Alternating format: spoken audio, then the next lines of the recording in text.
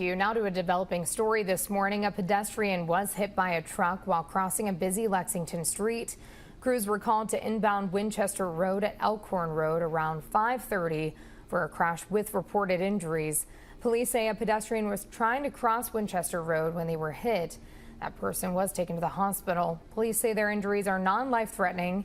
Inbound Winchester Road was closed at both lanes as crews responded, and that road is now reopened.